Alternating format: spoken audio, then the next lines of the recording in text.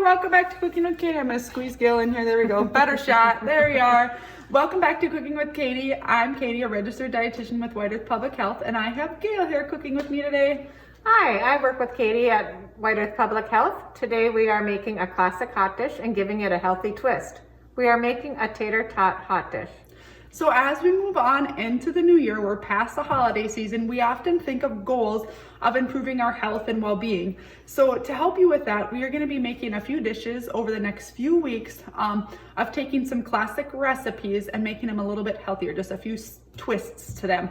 So, and while trying to be healthier, I want to take this time to remind you that that doesn't mean you have to give up all those favorite foods. Sometimes depends on what they are. But so today, like Gail had said, we're going to try out this new Tater Tot Hot Dish, and we're going to talk about the ways that we improved it as we cook our dish. Great, let's get started. We will start on our Tater Tot casserole by cooking off 1 pound ground turkey. Hot dish casserole. I did a little research, and you know, I think they can be used interchangeable, but there are some classics that stick with each of them. We're also going to add 1 small onion, which we chopped up.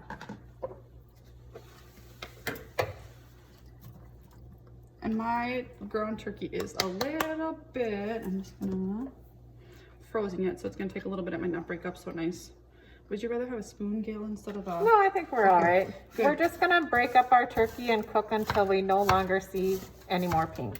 Yes, and while Gail is breaking that up there, so this is kind of our first step of swapping out some ingredients that could possibly make our dish a little bit healthier for us. So like Gail said, we're using this ground turkey instead of maybe your ground beef or something like that that you might use in your regular dish. And doing that will lower the calorie and fat in it. So we'll just let...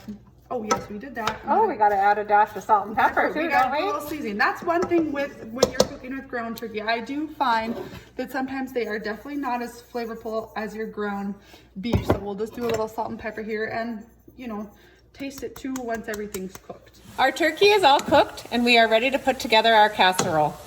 Okay, so what we're gonna do here, we're gonna just mix it all in our dish so it starts the heating process for it. So what we have here first is 16 ounces, which I just did 2 cups of frozen mixed vegetables. I've let them, they've been sitting out for a little bit, but you can certainly do canned vegetables or any other type of frozen vegetables that would fit your fancy.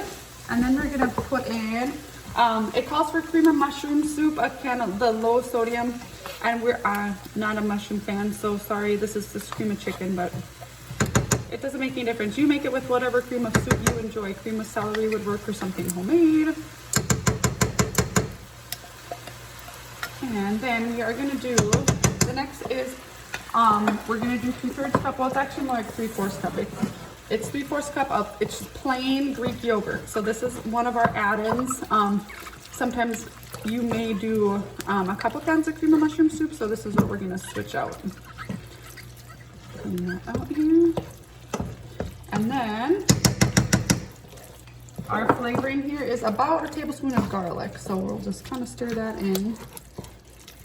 Our casserole is mixed together, and we will top with 3 tablespoons of shredded cheese and 16 ounces of tater tots. I should have did with my fingers. Just spread out the cheese as you would wish. And this part too, you know, like I said, we're cutting some calories and some of that fat. So the cheese gets cut back a little bit. Then I know, like for myself, I put lots more cheese on than that. So just a thought. And you can skip on the cheese too. You don't even have to necessarily do the cheese. But there we go. So ready for the oven it is, and we're gonna put it at a 375-degree oven. And since you know it's mostly warm, it just needs the cheese to melt and the tater tots to cook. So we'll check in about 15-20 minutes and see how it looks. So here's a live look in on our Tater Tot Hot Dish going on here, casserole, whatever's your favorite. Gail, you want to give us an update? Yep, it's been baking for about 15-20 minutes. And we will leave the casserole uncovered as it finishes baking to let the tater tots get a little crispy. Our made over classic tater tot hot dish is done and it looks delicious. Yes, it looks really yummy. It actually looks like, I think, a little bit more soupy, which I prefer. So, I mean, you know, kind of depends on what you like. So I'm really excited to try this. I can't get my pot holder out. There you go. So a couple of tips from today. So remember about your protein choice. Choose something lean. And if you don't go with the turkey, go with your lean beef choice. That will also help. When you can substitute out, like we did today with the low sodium cream of soup sauce, go with that, or make your own is even better. And then today, the one last thing we did today, we did the Greek yogurt with our soup. So, you know, be open to try new things. Just try it out. Maybe it's not your thing, but maybe it is. So it's always fun to try new recipes. Awesome. Thanks for watching. And don't remember to check out whiteearth.com for today's recipes, along with some more made over classic recipes. See you next time.